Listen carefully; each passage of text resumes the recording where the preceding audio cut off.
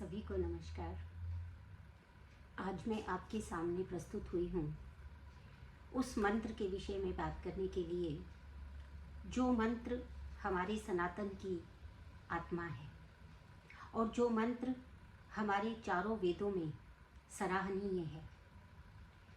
यह मंत्र जो है, उस मंत्र का नाम है गायत्री। गायत्री जो मंत्र है उसके विषय में कहा गया है गायंतम त्रायते इति गायत्री। इसका अर्थ होता है कि जिसको गाने से सभी प्रकार के जो भय होते हैं, सभी प्रकार के जो कष्ट होते हैं, उन सब से मुक्ति मिल जाती है। इसीलिए इसको गायत्री कहा है।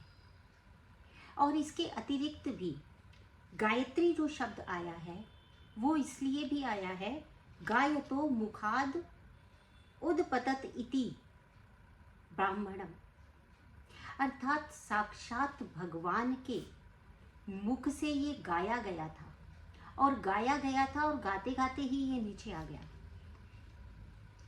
इसलिए इसे गायत्री कहा गया। अब यहाँ पर मैं आपको ये बताना चाहूँगी कि गायत्री जो है इसके कुछ 4 नाम और 5 नामों से ये जानी जाती है। वास्तविकता ये है कि बहुत नामों से भी पर्यायवाची इसके दिए गए, परंतु जो 5 नाम हमारे वेदों में आए हैं उन्हीं को मैं आप्त मानते हुए, उन्हीं को ही मैं सबसे जो है जिसे कहना चाहिए कि प्रमाणित मानते हुए मैं आपको बता रही हूँ कि इसके 5 नाम दिए गए हैं।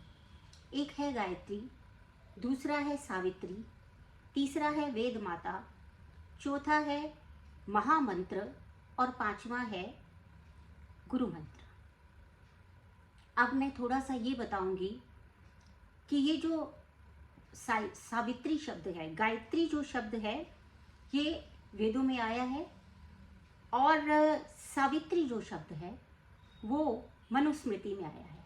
मनुस्मृति हम सब जानते हैं कि इस मानव पूरे समाज का जो प्रथम संविधान है, एक प्रकार से वो मनुस्मृति है। उसमें गायत्री के लिए जो शब्द आया वो सावित्री आया है और उसके लिए वो क्या कहते हैं, त्रिभ्य एव तु वेदेभ्य पाद पादम दुदुहतः। इसका अर्थ ये हुआ कि 3 जो वेद हैं, जो प्रमुख रूप से तो 3 ही वेद, ऋग्वेद, यजुर्वेद और सामवेद, तो प्रमुख रूप से जो 3 ही वेद हैं, इन तीनों वेदों से जिस प्रकार से गाय का जब दूध दुहा जाता है तो वो गाय का एक प्रकार से अमृत है, तो जिस प्रकार से वो गाय का जो दुग्ध है वो संपूर्ण गाय का जो अमृत उसके भीतर है वो दूध के रूप में दुहा जाता है, उसी प्रकार से तीनों जो वेद हैं, उन तीनों वेदों का जो सारभूत है उसको जो दुहा गया है इन तीनों वेदों से, वो सावित्री कहलाता है। और कहा गया कि इस सावित्री का जो पाठ है वो कब करना है, अर्क दर्शन तक, अर्थात 1-2 जो होते हैं, जब रात्रि से दिवस हो रहा होता है, एक वो संधि काल है और एक वो संधि काल है जिसमें दिवस से रात्रि आ रही होती है, वो भी एक संध्या या संधि काल है। तो इन दोनों संधि कालों में ये कहा गया है कि ब्रह्म मुहूर्त से प्रारंभ होकर अर्क दर्शन तक इस सावित्री का जप किया जाना चाहिए। और इसी प्रकार से जब दिवस समाप्ति के पश्चात रात्रि आने वाली है, वो जो संध्या काल है उसमें प्रारंभ करके जब तक प्रथम जो तारागढ़ है वो जो है वो नभ पे दिखाई ना देने लगे, तब तक जप करने का विधान जो है वो मनुस्मृति करती है। और जप के लिए भी क्या कहा गया है, तज्ज जपस तदर्थ भावनम, अर्थात ऐसा नहीं है कि हम कर तो रहे हैं जप और हमारा ध्यान कहीं और है। कैसे जप करना चाहिए कि जो उसका जो अर्थ है उसकी भावना को समझते हुए उसी में ही ध्यान लगाना चाहिए। होता यह है कि हम जप कर रहे होते हैं परंतु हमारा मन बहुत बहुत जगहों पर तब तक घूम कर आ जाता है। तो ऐसा नहीं होना चाहिए। जप जो है वो कैसा होना चाहिए, जिसमें कि तदर्थ भावनम, उसका जो अर्थ है उसी में ही अपना भाव, अपना मन लगा हुआ हो। ऐसा जप कब करना चाहिए, अर्क दर्शन तक, और पश्चात जब सूर्यास्त कर होने के समय और तारांगण के दिखने तक, तब तक इसका जप करना चाहिए। सावित्री कहा। वेद माता जो शब्द आया है उसके लिए हमारा एक बहुत ही प्रामाणिक ग्रंथ वेदों का है, जिसे कहते हैं वैदिक संस्कृति में शब्द कल्पद्रुम। ये शब्द कल्पद्रुम एक प्रकार का ऐसा शब्दकोश है जिसमें शब्दों की अति सुंदर व्याख्या की गई है। तो वो क्या कहते हैं, माता अहम सर्व वेदानाम, ये गायत्री के लिए आया है। माता अहम सर्व वेदानाम पदै सर्वैर अलंकृता, अर्थात मेरे सारे पद जो हैं वो अलंकरण करने वाले हैं, सुंदर हैं मेरे पद, और मैं जो हूँ वो सभी वेदों की माता हूँ, इसलिए वेद माता शब्द आया। और पद्म पुराण में भी बड़ा सुंदर वर्णन आया। पद्म पुराण में कहा गया, गायत्री वेद जननी गायत्री लोक पाविनी, गायत्र्या न परम जप्यम एतद विज्ञाय मुच्यते, विज्ञायम उच्यते। अर्थात गायत्री जो है वो वेदों की जनक की जननी है। गायत्री लोक को, पूरे लोक को, संसार को पावन करने वाली है। गायत्र्या ना परम जप, इसके अतिरिक्त और कोई, इससे बढ़कर और कोई जप नहीं है जो आज तक भी जो है वो पूरा वैज्ञानिक रूप से स्थापित हो। ऐसा कोई जप जो है गायत्री के अतिरिक्त नहीं है। इस प्रकार से आया।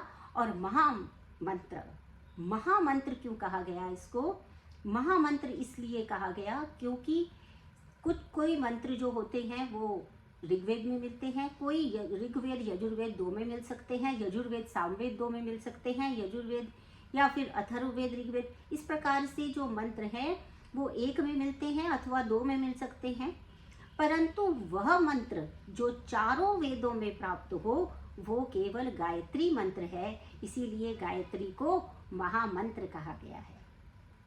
तो इसमें ये भी बहुत ही एक सुंदर जो बात मैं आपको बताने जा रही हूँ कि जो ऋग्वेद है वहाँ पर जो मंत्र है वो ओम भूर्भुवः स्वः इस व्यावृत्ति से प्रारंभ नहीं होता, वहाँ पर तत्सवितुर्वरेण्यम से प्रारंभ होता है। और तीनों जो वेद हैं बाकी के, जो बाकी तीन हैं अर्थात जो ऋग्वेद है, जो सामवेद है और अथर्ववेद है, इनमें तत्सवितुर्वरेण्यम ही था। परंतु यजुर्वेद में जो है ओम भूर्भुवः स्वः ये व्यावृत्ति वहाँ पर आई है। तो देखा जाए तो तीन ही चरण में जो गायत्री है वो है तत्सवितुर्वरेण्यम भर्गो देवस्य धीमहि धियो यो नः प्रचोदयात्। ओम भूर्भुवः स्वः जो है वो व्यावृत्ति यजुर्वेद में आई है और उसका भी कारण है। तो उस कारण को भी हम आगे देखेंगे। पर यहाँ पर ये जो मैं बताने जा रही थी कि गुरु मंत्र भी कहा गया है।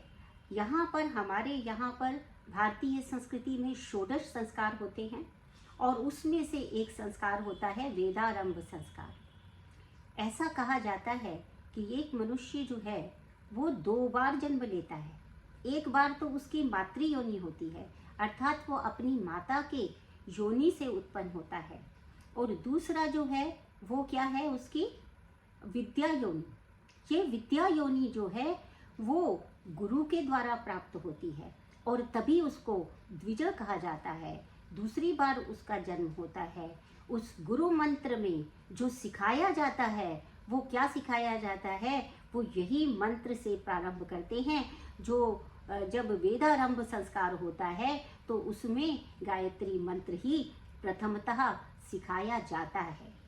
क्या कारण है इसका? कारण ये है कि इसमें धीमहि बुद्धि के विषय में बात है, अर्थात गायत्री जो है वो गायत्री छंद में ही गाया जाता है, और गायत्री का जो देवता है वो सविता है अर्थात सूर्य है। और गायत्री का जो उद्देश्य है, जो उसका जो लक्ष्य है वो है बुद्धि की प्राप्ति। और जब भी हम कोई ज्ञान प्राप्त करना चाहते हैं तो सर्वप्रथम कोई भी कार्य, पढ़ना ही नहीं, कोई भी कार्य, कोई भी शिक्षा लेने से पूर्व जो सबसे अधिक महत्वपूर्ण है वो है बुद्धि। और वो बुद्धि भी कैसी होनी चाहिए? सकारात्मक होनी चाहिए। नकारात्मक बुद्धि से हम कभी भी कुछ भी ग्रहण नहीं कर पाएंगे। तो इस प्रकार से ये उसकी एक प्रकार से जो है भूमिका है कि क्या है गायत्री, महात्म्य क्या है गायत्री का। और अब इस शब्द पे आते हैं, क्योंकि गायत्री मन से पहले है ना ओम आया है। ये ओम जो है शास्त्र कहता है, वेदांत कहता है कि ओम जो है वो 3 अक्षरों से मिलकर बनता है। अ, ओ और म, इनकी जब संधि होती है तो ये ओम बनता है। अब इसमें ये जो अकार है और उकार है और मकार है, ये 3 हैं अक्षर ओम में। तो अकार जो है वो विराट स्वरूप है, वो जो परम पुरुष परमात्मा जो संपूर्ण सभी सृष्टि को, जड़ चेतन को नियंत्रण करता है, वो है अकार, विराट स्वरूप। और जो उ है वो है हिरण्य गर्भ। अर्थात देखेंगे कि इस संसार में 3 स्तर हैं। पहला है जो जीव है। अब इन जीवों के ऊपर जो इन जीवों को नियंत्रित कर रहा है वो है ईश्वर। उसका जो स्तर है वो है मकार। और जो उकार है वो हिरण्य गर्भ है। अर्थात ये जो सारे जो जीवों का ईश्वर है और ये जो ईश्वर को नियंत्रण कर रहा है वो है हिरण्य गर्भ ब्रह्म ज्योति। और जो इन सबको अर्थात ईश्वर को भी और ब्रह्म को भी और सभी जीवों को एक साथ जो सबका नियंत्रण करता है वो है आकार विराट भगवान। अर्थात इस सृष्टि में जितना भी नियंत्रण है वो सब के सब इन 3 अक्षरों में निहित है। और इन 3 अक्षरों को मिलाकर अ, उ और म, इन 3 अक्षरों को मिलाकर जो बनता है पद वो है ओम। तो इस प्रकार से ओम के विषय में बताया गया है। यहाँ पर क्या है कि ओम जो है गोपत ब्राह्मण में ओम के विषय में क्या कहा गया? ओंकारहा। गोपत ब्राह्मण एक छोटा सा ब्राह्मण, छोटा सा ग्रंथ है, कभी समय मिले तो पढ़ सकते हैं। इसमें उसने 3 बातें कही हैं। ओम क्या है? अध्यात्म, आत्म भैषज्यम, आत्म कैवल्यम, ओंकारहा। गोपत ब्राह्मण कहता है। अर्थात अध्यात्म का अर्थ है आत्मा का यदि कोई भोजन है तो वो ओंकार है।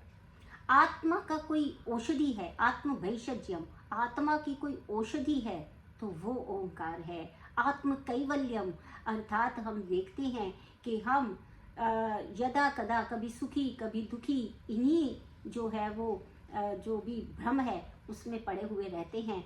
जब इन सुख और दुख से अलग होकर उसे मोक्ष की प्राप्ति होती है, आत्म कैवल्यम अर्थात वो स्वयं को भगवान के पास शरणागति हो गया है, कैवल्य प्राप्त हो गया है, जिसको कि इस संसार के सुख और दुख और भौतिक वस्तुओं की प्राप्ति और अप्राप्ति से किसी भी प्रकार का द्वंद्व होना बंद हो जाता है।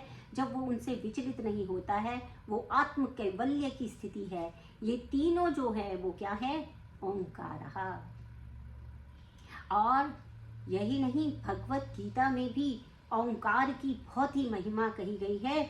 ओम इत्येकाक्षरम ब्रह्म व्याहरन् माम अनुस्मरन् यः प्रयाति त्यरन् देहम स याति परमां गति। भगवत गीता जी के 8वें अध्याय में आता है कि ओम इत्य एकाक्षरम ब्रह्म, एक अक्षर में ये ब्रह्म है, ये जो भी इसका पूरा ब्रह्मांड है उसका ये एक प्रकार से पूरा व्यवहार है ओम।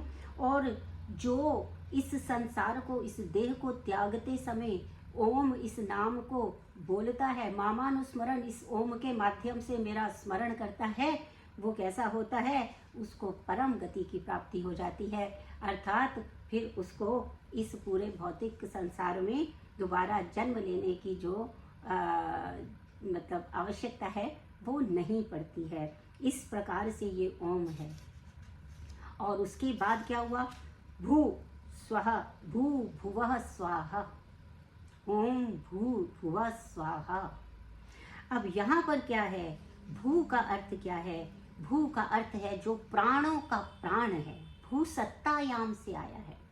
संस्कृत का एक शब्द है, भू सत्तायाम से आया है। भू सत्तायाम का अर्थ क्या है कि भू जो है भवंती सत्ताम अनुभवंती, अर्थात जो सत्य है वो भू है, और पदार्थ जो है वो हमें सत्य दिखाई देता है। तो यहाँ पर देखेंगे पदार्थ है, प्रकृति है। भू जो है वो क्या है, प्रकृति है, उसकी सत्ता है। भुवः, भुवः जो है उसमें सत्ता के साथ में गतिशीलता है।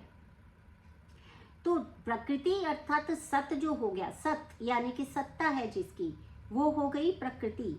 और भुवा हो गया उसके साथ गतिशीलता, अर्थात इस प्रकृति के साथ में जब जीव मिल जाता है तब गति हो जाती है। तो चित्त चेतना युक्त हो गया, चित्त चेतना युक्त हुआ, तो सत और चित्त आ गए भू और भुवा में, क्योंकि भुवा है सत्ता के साथ में गतिशीलता। और स्वहा, स्वहा का अर्थ होता है आनंद स्वरूप।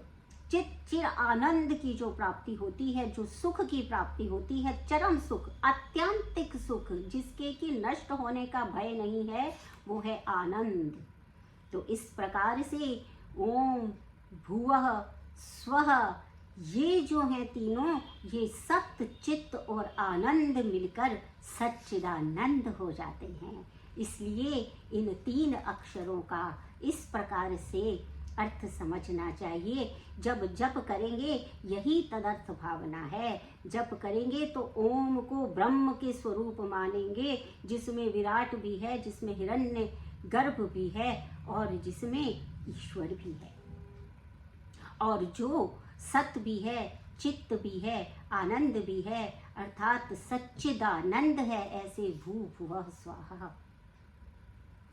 फिर आता है तत्सवितुर। तत्सवितुर, उसके सवितुर, सवितुर जो है उसका अर्थ है सब जगत का जो उत्पादक है, और ना केवल उत्पद्यते, ऐश्वर्य प्रदान करने वाला भी है। सारे संसार में जितनी भी संपदा है वो सब की सब कहाँ से आई है, उस परम पिता परमेश्वर से आई है। वो ऐश्वर्यों का दाता है। वरण्यम, वरेण्यम अर्थात वो स्वीकार करने योग्य है, क्योंकि एक वही तो है, उसी को ही स्वीकारा जाएगा। क्यों? भर्गो, क्योंकि शुद्ध स्वरूप जो स्वरूप है और पवित्र करने वाला जो ब्रह्म स्वरूप है वही है। तो क्या है वो जो जगत का उत्पादक है, वो जो ऐश्वर्य का दाता है, वो जो बिल्कुल शुद्ध स्वरूप पवित्र स्वरूप ब्रह्म स्वरूप है देवस्य, वो सब सुखों को दो देने वाला है, जिसकी प्राप्ति की कामना सभी करते हैं। तब करते हैं उस तेजस्वी ये जो तेजस्वी देव है, जिसकी प्राप्ति की साधना सब कर रहे हैं। सब किसकी प्रार्थना कर रहे हैं? परमात्मा की प्रार्थना कर रहे हैं कि वो परमात्मा जो शुद्ध स्वरूप वाला है, जो पवित्र है, जो स्वीकार करने योग्य है सबके, और जो देव है, जो सभी दुखों को देने वाला है, धीमहि, ऐसे उस परमेश्वर को धारण करता हूँ, मैं ध्यान करता हूँ। तदर्थ भावना, इसी भावना से तत्सवितुर्वरेण्यम बोलना है कि उस देव को भर्गो देवस्य धीमहि, धीमहि यानी कि बुद्धि से हम उसे धारण करते हैं। धियो यो, धिया यानी कि बुद्धि, और यहाँ पर बुद्धि जो है वो बहुवचन में धियो यो आया है, धी नहीं आया है। क्यों आया है? क्योंकि कैसी बुद्धि? एक तो अभ्युदय यानी कि इस सांसारिक बुद्धि की बात होती है, और दूसरा है निश्रेयस, अर्थात वो जो आध्यात्मिक बुद्धि है, जो मोक्ष की ओर ले जाने वाली है।